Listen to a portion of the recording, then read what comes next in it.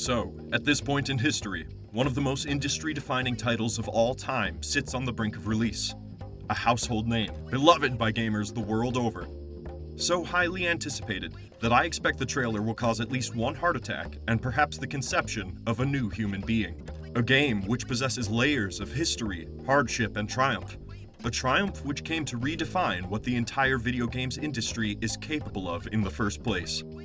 I am, of course, referring to Rayman Legends. Okay, you got me. It's not Rayman, but imagine if it were.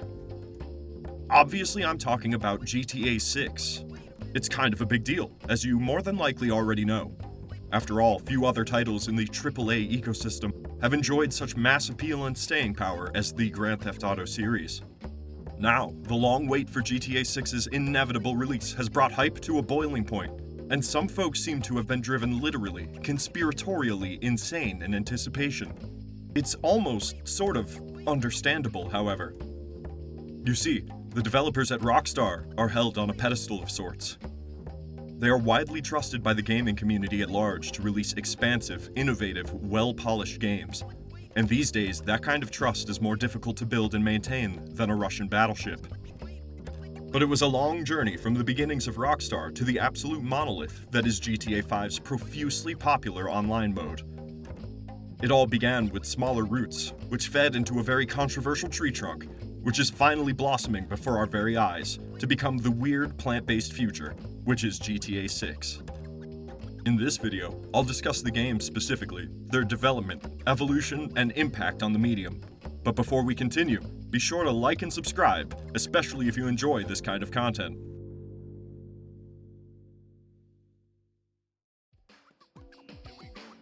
Let me take you back. The year is 1997.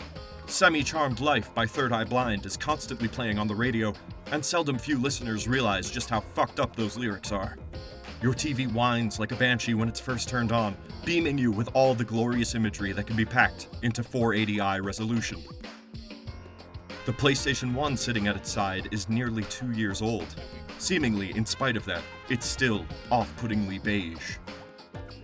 As a fifth-generation console, this relatively new system was anticipated to step into the ring, competing against the likes of absolute giants, such as the ubiquitous N64 produced by Nintendo. With the PlayStation's focus on specialized hardware, which would revolutionize the rendering of 3D sprites in real time, the PlayStation 1 vastly succeeds at securing its place in the market. The industry is on an upward trajectory. Gaming is good. We had no conception of the vast ocean of possibility which lay before us, swelling with new ideas and potential microtransaction shops. Feeling that warm and fuzzy 90s vibe yet? Good. Now let's go back a little further to 1995. British developers at DMA Design, the precursor to Rockstar, are hard at work on their latest project, Race and Chase. This game, destined for release on the upcoming 5th-generation consoles, place players in control of a cop who, naturally, pursues criminals in high-speed chases. However, the devs soon began to realize that it was far more fun to be the chased than it was to be the chaser. Likely due to trauma-based flashbacks of being a fat kid who never got over their troubled history with playground tag. Right, that makes sense, right? Is it just me? Anyway, those at DMA Design soon agreed that it would be far cooler to be a criminal than a cop. Also, Race and Chase sounded cornier than a public rest stop in the middle of Kansas, so they rebranded the title as well, turning it into what we now know and love, Grand Theft Auto. This original GTA was met with equal measures, excitement and bewilderment, depending on how reasonable the person you asked was. The title promised enticing themes involving realistic violence and interaction with the criminal underworld. Following the satanic panic of the 80s concerning tabletop role-playing games, sniveling, fun-hating mind goblins were on the lookout for their next target. It was only a matter of time before their sights set on video games as a whole, and this Grand Theft Auto made for a juicy target. Because, video games kill people. Not guns, no. Those games, they're just monstrous. Think of the children, would you? A sentiment of danger only seemed to entice prospective buyers, however, At the time, the market was generally aimed toward a younger audience. It's not as though there weren't mature games before 1997, of course, there were. But here came something with a little more bite than the usual fare. GTA 1 presents itself from a top-down perspective, with the camera usually floating above city streets. The player would traverse 6 levels, detailing 3 now familiar cities: Liberty City, San Andreas, and Vice City. Their goal was to collect a certain amount of points, dollars, in order to progress to the next level. Nice and simple, fairly old school, all in all. What was really interesting about this game, however, was the freedom you were granted concerning the methods by which you gathered these points in the first place. There were jobs and missions provided by local crime bosses, but it was quite possible to earn cash by going on an utter rampage, or stealing and selling cars yourself. This availability of choices brought player immersion to new heights, and the open-ended sandbox-style approach would come to define the series as a whole in later releases. With its debut on MS-DOS, Microsoft Windows, PlayStation 1, and later the Game Boy Color, GTA launched a new legacy, imparting reverence and wariness alike. However, the game was not well received critically on the graphical end of things. Actually, there was already better-looking games on the market. Instead, it was the sound design and that open-ended gameplay which ended up carrying the day. Suddenly, dads worldwide were waiting for their kids to fall asleep so that they could yet again indulge in that fantasy of going totally apeshit on the world at large. The relative success of this first installment provoked swift development on the next, this time published by the newly christened Rockstar Games themselves.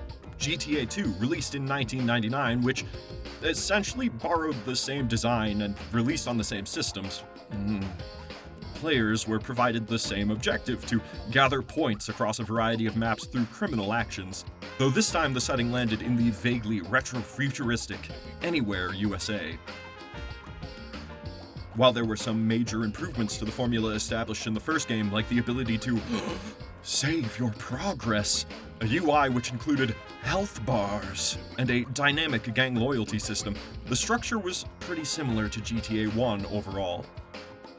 Really, it was sort of considered an ugly twin who's had some work done, but you're not sure if it's too much or too little, and those similarities you can see are all the more disconcerting for it. While GTA 2 was considered a commercial success, it reviewed comparably to the initial entry, and the same issues were made prevalent to the devs once more. The graphics were underwhelming, the gameplay, while exciting, was already growing tired. Really, the only feature which received widespread critical acclaim were the iconic radio stations. If you are young enough to be one of Anakin's targets at the Jedi Temple, you might not realize that radio, as a form of communication, was still hugely important to those living in the year 1999. Sure, the video star had stuck their knife in and twisted circa 1981 with the debut of MTV, but the internet as we know it was hardly a thing yet, and the concept of downloading music off the web was in its infancy. Consider that sites such as Napster launched in the very same year as GTA 2. To those who were actually playing the game, there was the sense that a real effort had been made by the developers to give these digital radio stations a certain authenticity, with a soundtrack selection which was widely enjoyed. Again, few other titles offered the immersion of cruising in a car, tuning into this familiar form of media. Before long, GTA became synonymous with a certain real-world musical culture. You know, though, considering the music that was coming out in the 90s, it would have been kinda hard to screw up. Still, those at Rockstar knew it was time for a shakeup. Something big needed to change if GTA was going to survive. The nature of this change had to propel the series forward with all the might of a bugged-out swing set. Ultimately, the folks at Rockstar decided to switch up a fundamental feature of GTA 1 and 2, and in doing so, established a definitive quality of all their upcoming titles from this point forward, an attribute which is still clung to this very day. They took that old-school top-down camera and moved it into the future.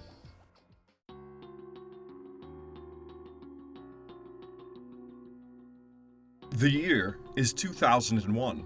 And you know what? Actually, let's not get into that this time.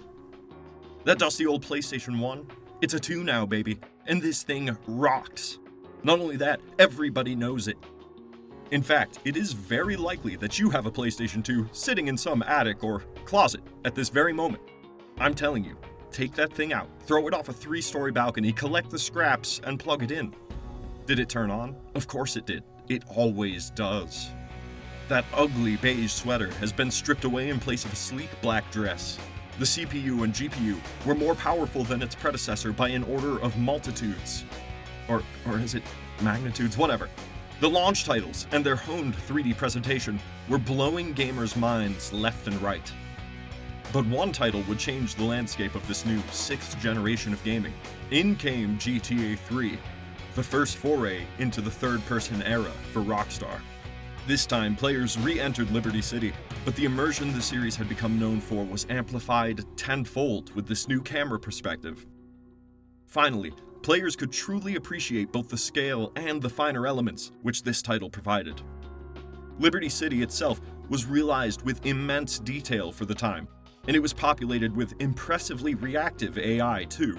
From cops to gang members to civilians, it all felt more real than ever. Not only this, old-school style levels became a thing of the past.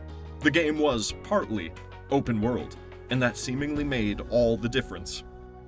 While the prior 2 entries reviewed generously at about a 7 out of 10 overall, Grand Theft Auto 3 was considered a masterpiece, receiving perfect scores from a wide variety of publications at the time. With a 100% positive, universal acclaim rating on Metacritic and a 97 out of 100 aggregate score, Rockstar's latest became the shining example of what this newest generation of hardware could achieve. But it wasn't just the new camera angle and open-world nature of the game which set it aside from the rest of the market. You see, while GTA 1 and 2 had gameplay which kind of felt like it could belong in an arcade machine, right next to the likes of Joust and Dig Dug, GTA 3 had plot. All of a sudden you were watching cutscenes and listening to dialogue. You were betrayed, you made new friends, and you experienced an admittedly trope-filled, yet entirely suitable story, packed with dramatic twists and turns. Brand new motion capture technology was implemented when possible, and the effect was leagues ahead of the competition. This game felt like a movie. The mature audience, who were already salivating like an overheated mastiff because of this huge step up in gameplay, were struck with a 1-2 punch of awesomeness right to their dopamine centers. This was the game they had all been dreaming of. Seriously, read some of the old reviews. You'll get the sense that, to those who could enjoy it, it was a nigh religious experience. Yet to those with more conventional religious experience, GTA 3 was horrifying. This led to a few public figures speaking out against the game, and Walmart eventually decided to verify the age of customers purchasing GTA 3. But the developers reassured naysayers that the depictions of violence in-game were meant to be comedic in nature, if anything. While some legal action was eventually taken against Rockstar for examples of real-world violence, they fought the accusations and eventually stated that the ideas presented in their game were protected under the First Amendment, freedom of speech. Naturally, fun-hating mind goblins continued to roil in their boiling pot of self-hate, but for the time being, nothing was going to stop the undeniable juggernaut, which was GTA 3.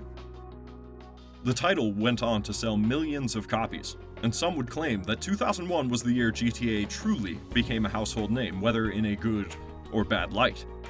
Yet Rockstar was hardly through with their work. They had intended to release an expansion pack, which would provide new missions and weapons for their latest release, but the project swiftly grew into a full-fledged entry into the series as a whole. Over the course of about 9 months, GTA Vice City came to fruition, and it was ready for release 1 year later, in 2002.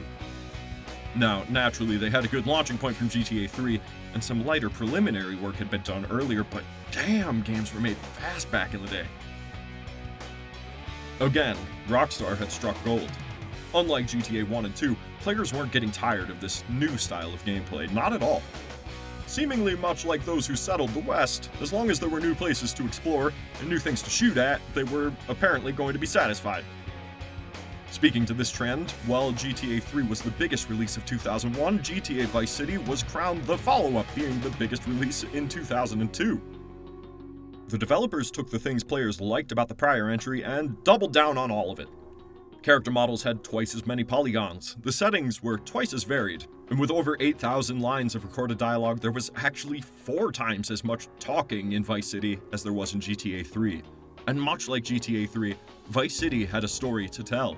However, this time, unlike Claude, the mute protagonist from the prior entry, Tommy, the player character in this new game, was fully voiced. This was considered a risky move. For voice actors at the time, it took real effort to do justice to these characters. They knew they would be under constant, intense scrutiny, essentially remaining on camera for 99% of the production. Apparently, a huge amount of time and effort went into this ambitious undertaking, and in the end, the gamble paid out in folds.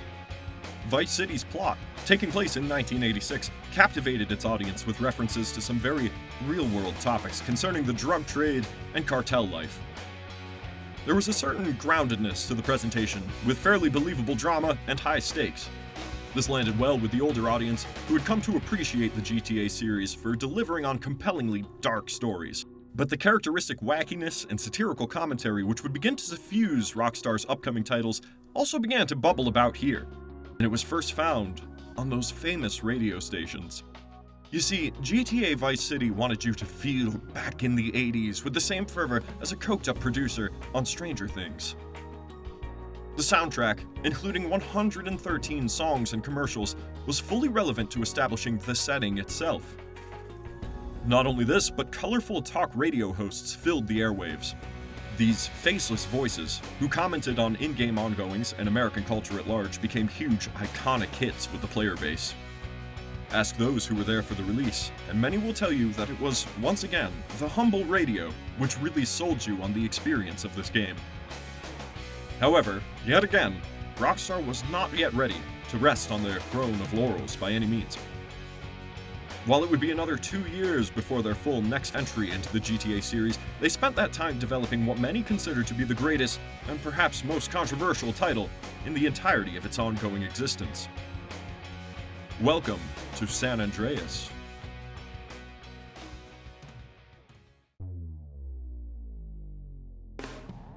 By this point, would it possibly surprise you to learn that GTA San Andreas was the top-selling game of 2004? No, I didn't think so. Maybe you're starting to see why GTA 6 is speculated to be, perhaps, the next title to claim the trophy of biggest game release of all time.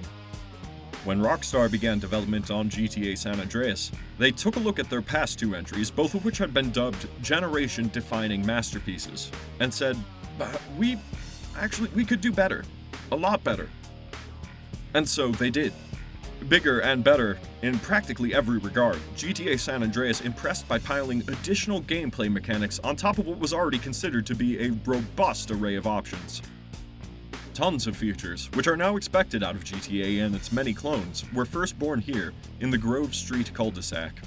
Things like gang wars, with which to claim new territory, garages where you could modify your collection of cars, and a broader economic system, where players could spend money eating, buying clothes, hell, they could even gamble themselves into debt if they wanted to. All of these activities and so much more found their beginnings here. Now, I am well aware that there is a huge, ever-ongoing argument concerning what qualifies as a real, genuine RPG. This subject could, and very likely in the future will, be the topic of a lengthy video essay all on its own. Does a game have to be turn-based? Does it need a myriad of attribute systems to pierce the nebulous sphincter of the RPG?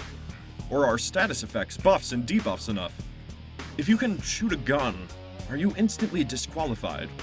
I'm not trying to answer these questions here, but it is understandable that GTA San Andreas adopted RPG-like mechanics in order to evolve its gameplay. Finally, the top-down dinosaurs and third-person proto-mammals were witnessing their monkey descendants standing on their back legs like a real modern freakazoid. The immersion goal, which Rockstar had embraced in full, was brought to the next level by the inclusion of these new RPG-inspired ideas, and pretty much everybody loved it. CJ, the player character, could become heavy or slim, skilled or untrained, and recognized or ignored, depending on choices the player made. All of this happened seamlessly through gameplay as well. We had come a long way from sitting in a car and listening to the radio as the sole pinnacle of player engagement.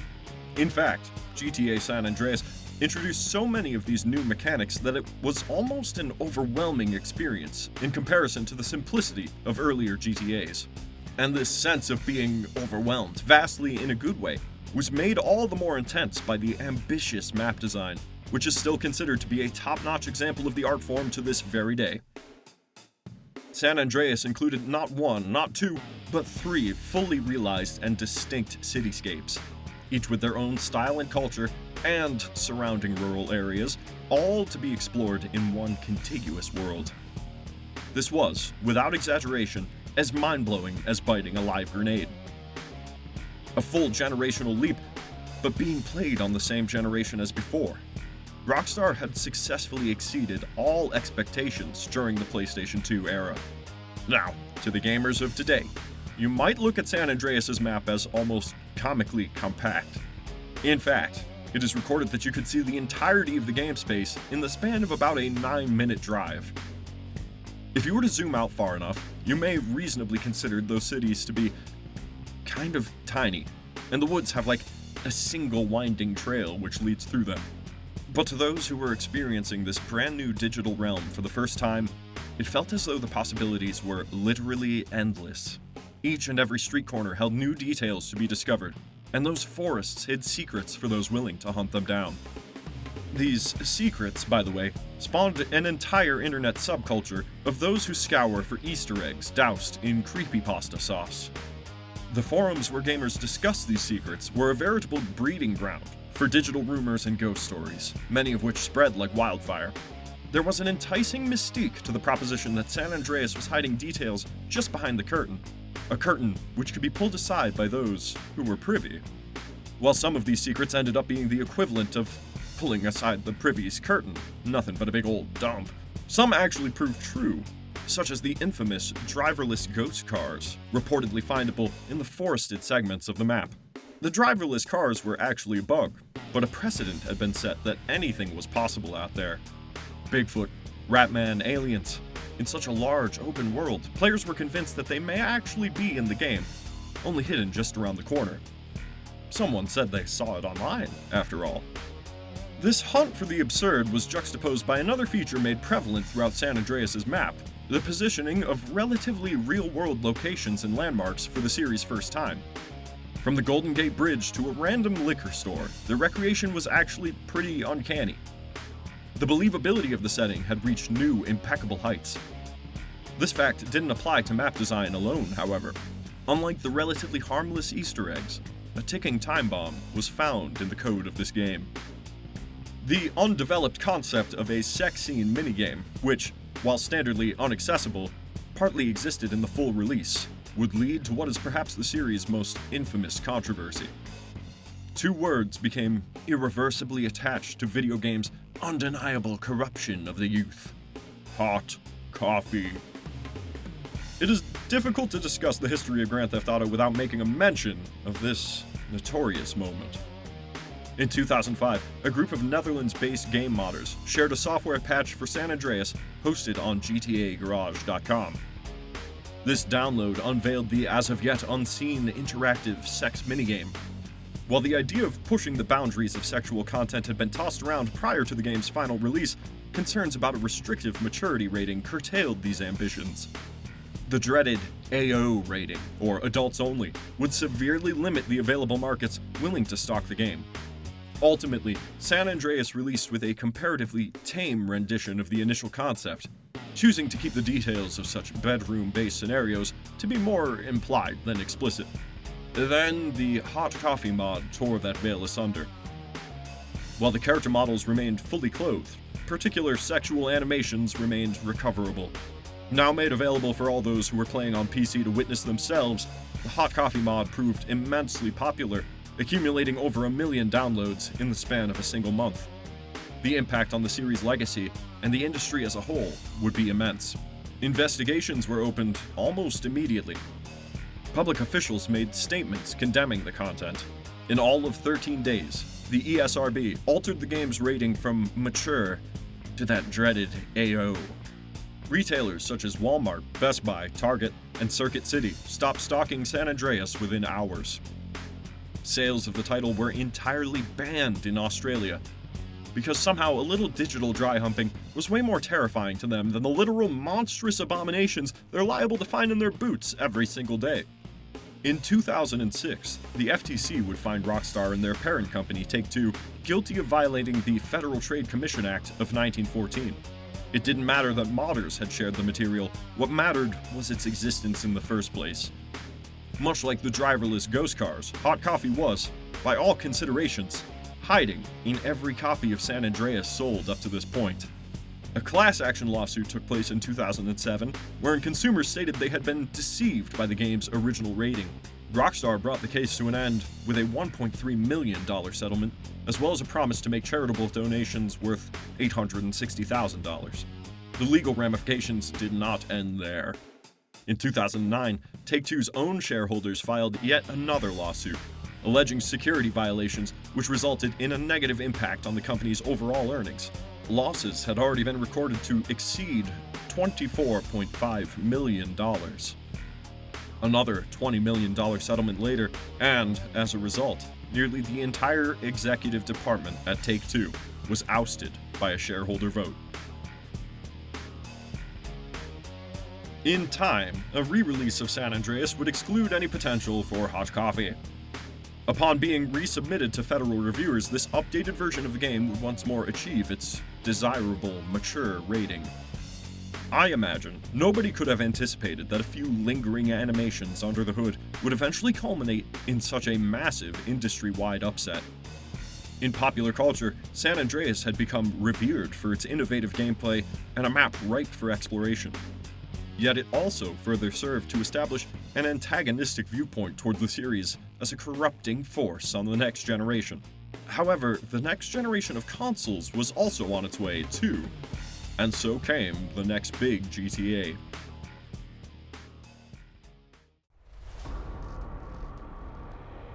One month after the release of San Andreas, preliminary work began on the next mainline entry in the Grand Theft Auto series. However, unlike the breakneck release rate of prior titles, which sometimes transitioned from concept to full-fledged product faster than that soon-to-be conceived human being I mentioned at the start of the video, it would be a comparatively lengthy 4-year gap until players return to Rockstar's most famous and adored title. With an estimated budget of $100 million and a development team numbering over 1,000 professionals, GTA 4 laid claim to being one of the largest video game productions ever. It utterly dwarfed its predecessors and still ranks 11th on Wikipedia's top most expensive games official figures listing, even to this very day. So, what setting could possibly do justice for such massive developmental budget? To answer that question, Rockstar looked out their very own office windows based in New York City. It was decided that GTA 4 would return to Liberty City, as detailed in multiple prior entries, but this time it would be entirely reimagined. While San Andreas had impressed with its expansiveness, this time the team focused on those smaller details. A single city would suffice for the setting, so long as that city was compact with things to see and experience. Few other places are as defined by their compactness and plethora of things to do and experience as New York City, so the inspiration was as palpable as the orange juice in your grandma's fridge. Shit, wait, that's palpable, isn't it? Damn it, I'm losing my touch. Niko Bellic, the player character, was subject to far greater aspirations than ever before so far as narrative was concerned. Remember Vice City's staggering 8,000 lines of dialogue? Try 80,000 on for size. Motion capture for cutscenes? No. Now we need to be able to record 100 motion captured animations in a single day. Pre-animated scripts for any given interaction? How about a fully realized physics system instead, known as Euphoria, complete with car deformation and industry-defining character model ragdoll? Okay, enough with the technicalities, but you get the point. They wanted GTA 4 to be truly next-gen, and due to a recent console refresh, they were able to push things beyond their own expectations. The PlayStation 3 was estimated to be, in some regards, over 20 times as powerful as the PlayStation 2. It was also known to be a terrible headache to develop games on the platform. You win some, you lose some. When the game was released, it is no exaggeration to say that the ground may have literally shaken beneath your feet. GTA 4 captivated an entirely new generation of gamers, and at this very moment, it is Metacritic's third top-rated game of all time. While it occasionally ran at 13 frames per second on those shiny new consoles, the players could not care less. This was no diamond in the rough. It was just raining diamonds straight into your lap. And then those diamonds formed into your ideal woman. And then that woman started blowing you. The graphics were impeccable. The audio design unmatched. And yet, I personally believe it was the inclusion of that Euphoria physics engine, which I mentioned prior, which truly sealed the deal. It possessed a certain je ne sais quoi. The very act of pushing a pedestrian down a flight of stairs became ritualistic comedy to teenagers of the day, a source of endless entertainment. The city and its inhabitants felt so real. Many gamers can still clearly recall those rain-drenched streets, hospital shootouts, and the tragic, continuously relevant interpretation of the American dream. And yet, these advancements weren't without their cost. A culture of crunch was widely taking root throughout the industry, but those at Rockstar were able to provide some extreme examples. 12-hour days or longer every day, with no exceptions. The loss of time with family. The cost in mental health, immeasurable. But was the cost worth it? It's difficult to say, but Grand Theft Auto 4 would go on to sell 3.6 million copies in the first year of its release. Wait, year? No, I meant to say day. That's $310 million of revenue in one day.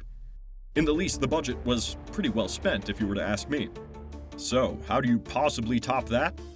Well, I don't really have to tell you. Statistically, you've already experienced it. Actually, you've probably already bought it, like, twice. A full 5 years later, in 2013, came GTA 5. You've been watching the gameplay. I'd place the same bet on your PlayStation 2 resurrecting from the dead as I would on the fact that you know what GTA 5 feels like. The records didn't break with this release, they shattered into dust. And then that dust was likely snorted by a bunch of absurdly rich executives. 190 million copies as of today. That's all you need to know. That's all I need to know.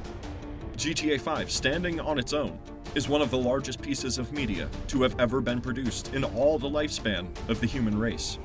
While there are plenty of critics who rightfully make note of restrictive mission design and indeed the rise of the multi-tendrilled behemoth which is the microtransaction shop, there is no ignoring this release. Love it or hate it, the game was and remains immensely popular. But time passed. It began to feel as though we had all been put on ice in stasis. Remember, GTA 1 released in 1998, and GTA 4 in 2008. That was a 10-year span. All those advancements, all those revolutions, and that's how long it took. GTA 5 was released in 2013 on the PlayStation 3. It seems, somehow, many have forgotten this fact. We are now in 2023, in the midst of the PlayStation 5's life cycle. While I fully acknowledge and personally love Red Dead, an entire generation was lost on Grand Theft Auto's account. For quite literally a large part of my life, gamers have speculated about the next Grand Theft Auto. At times, it felt like that speculation was never going to end. Now, after all that time, GTA 6 is about to receive its first trailer. I can't predict what advancements Rockstar will bring to the field, or if they'll try to revolutionize their gameplay or anything of the sort, until we see it with our own eyes.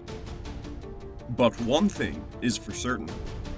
That game is primed to take the cake as the greatest release of all time.